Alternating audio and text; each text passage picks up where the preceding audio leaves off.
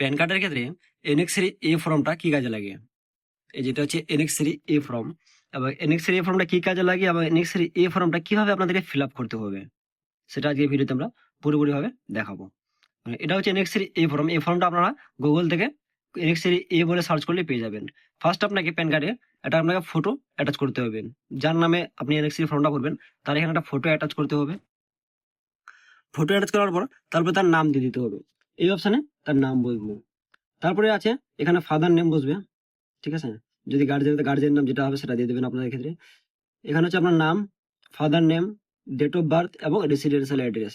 যদি office address থাকে তাহলে আপনার অফিস অ্যাড্রেস বসাবেন, না হলে রেসিডেন্সিয়াল অ্যাড্রেস, ঠিক আছে?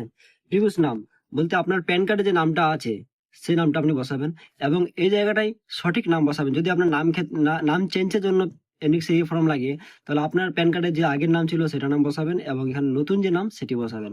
যদি আপনার দুটো নাম সেম থাকে তাহলে দুটো নাম আপনি সেম বসাবেন।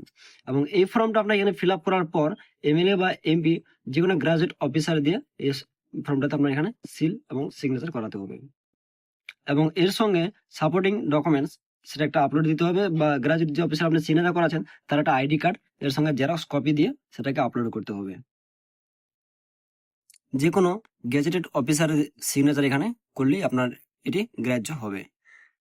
বা আপনারা চাইলে MLA বা MP দিয়েও এটা আপনারা সিগনেচার করাতে পারেন। যেখানে বলা আছে পার্লামেন্ট অফ মেম্বারের যদি MLA MP হয় তাহলে সেটাও এটাতে চলবে। এবার এটা আপনাকে কিভাবে কোথায় আপলোড করতে হবে সেটা দেখাবো। UTI এর ক্ষেত্রে পেন অবজেকশন বলে যে একটা অপশন আছে, পেন অবজেকশন চলে যাবা, এবং আমার যেমনি আছে অ্যাপ্লিকেশন আন্ডার অবজেকশন, এই অপশন আমরা ক্লিক করে নেবো, ঠিক আছে?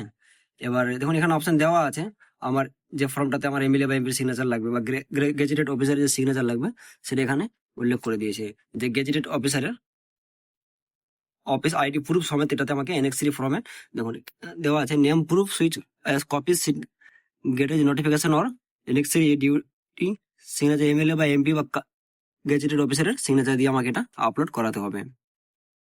এখানে আমি এডিট অপশনে চলে যাব। ফার্স্ট এডিট অপশনে চলে আসলাম। একটু স্ক্রল দিতে টাইম নিবে, পেজটাতে একটু টাইম নিবে, এটা লোডিং নিচ্ছে। এবার আমরা এখানে পরবর্তী পেজে চলে আসছে, এবং এটিতে আমরা নেক্সট করে চলে যাব পরবর্তী এসে। পুরোটা আমার যেভাবে ফিল আপ করা ছিল সেটাকে আমি কমপ্লিটলি করে নেবো, এবং আমার স্লিপটা আবার জেনারেট হয়ে যাবে। জেনারেট হওয়ার পর সেটাকে আমরা আপলোড যখন করবো, আগের যে আমার ডকুমেন্টস ছিল সেটার সঙ্গে গেজেটেড অফিসারের যে ফর্মটা প্লাস তার যে ID কার্ড দুটোকে আমাকে একসঙ্গে অ্যাটাচ করে আপলোড করে নিতে হবে। আমি এখান থেকে আবার নেক্সট স্টেপে চলে যাবো।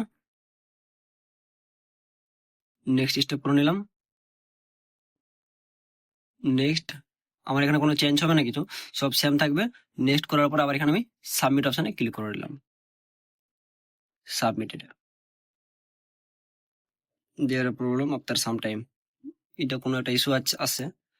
এটাকে আবার আমি এডিট অপশনে গিয়ে এটাকে করার পর আমি সেম এটা আপলোড করে নেবো। আপলোড করার পর আবার এটা কিছু টাইম নেবে, টাইম নেওয়ার পর কিছুদিনের মধ্যে এটা কমপ্লিটলি হয়ে যাবে। এবার আপনি এটা চেক করতে চাইলে ড্যাশবোর্ড এবং ড্যাশবোর্ড CSF, এখানে আপনারা ফাইন্যান্সিয়াল ইয়ারটা সিলেক্ট করে নেবেন। তারপরে সাবমিট অপশনে ক্লিক করবেন। সাবমিটে ক্লিক করার পর সাইড ইস্যু আছে, খুলছে না। যেমনি আমি আপনাদের নিউ পেন দেখাচ্ছি, ফাইন্যান্সিয়াল সিলেক্ট এবং সাবমিট।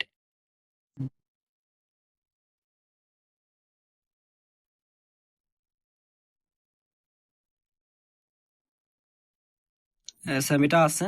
এখানে সার্ভার ইস্যু কারণে এটা খুলছে না। যদি আপনারা চেক করতেন তো ডাইরেক্ট এখানে UTI পেন স্ট্যাটাস বলে সার্চ করবেন। যে ব্রাউজার খুলে UTI পেন স্ট্যাটাস লিখে সার্চ করবেন, UTI পেন স্ট্যাটাস।